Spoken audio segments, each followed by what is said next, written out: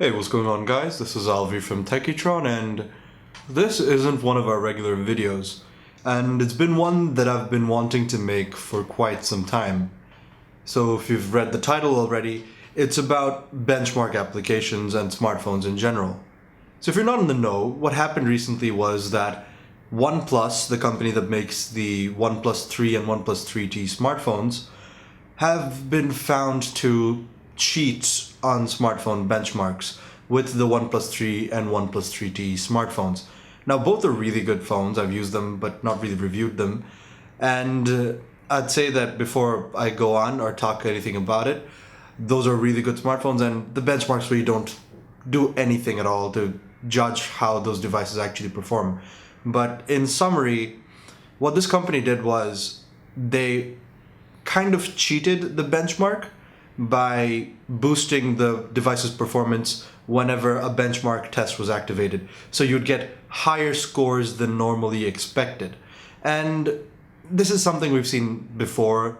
I think the first time I saw it with smartphones was maybe 3 or 4 years ago. And ever since then, it's happened time and time again. And that really is one of the reasons why I don't like putting benchmarks on my smartphone reviews. A lot of the times I'll get comments like, hey, you didn't link the benchmarks, where are the benchmarks? And I'll end up having to put them in on an article later on. But really, I don't enjoy putting benchmarks on the reviews of products that I do. And the main reason is that in the past and even today, benchmarks are very easily cheated. And it's easy to put up a higher score and make your device look better than the competition. So what I always say is, judge a smartphone or any product really by the user experience and by the quality of that experience, not by some numbers that popped up after you ran it through a synthetic test. And that's one of the reasons why I always tend to put the benchmarks for a very short amount of time or not at all on my reviews, because they're just not, let's say, they're just not a good enough metric to judge a smartphone by.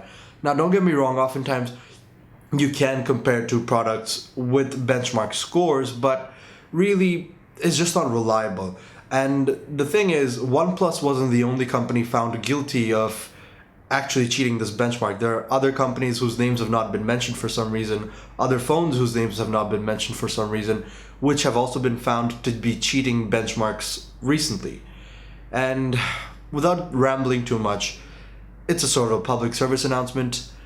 Don't rely on benchmarks. Just trust in the person reviewing the product. If it's somebody who you've been following for a while or somebody with a reputed reputation, oh God.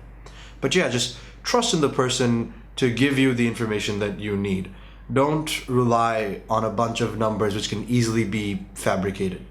So yeah, I guess that's it. This video probably won't get that many hits, but I think as a reviewer, as a person who actively preaches technology to people around me and on the internet, I believed it was my duty to at least let my small audience know that benchmarks are pretty much stupid.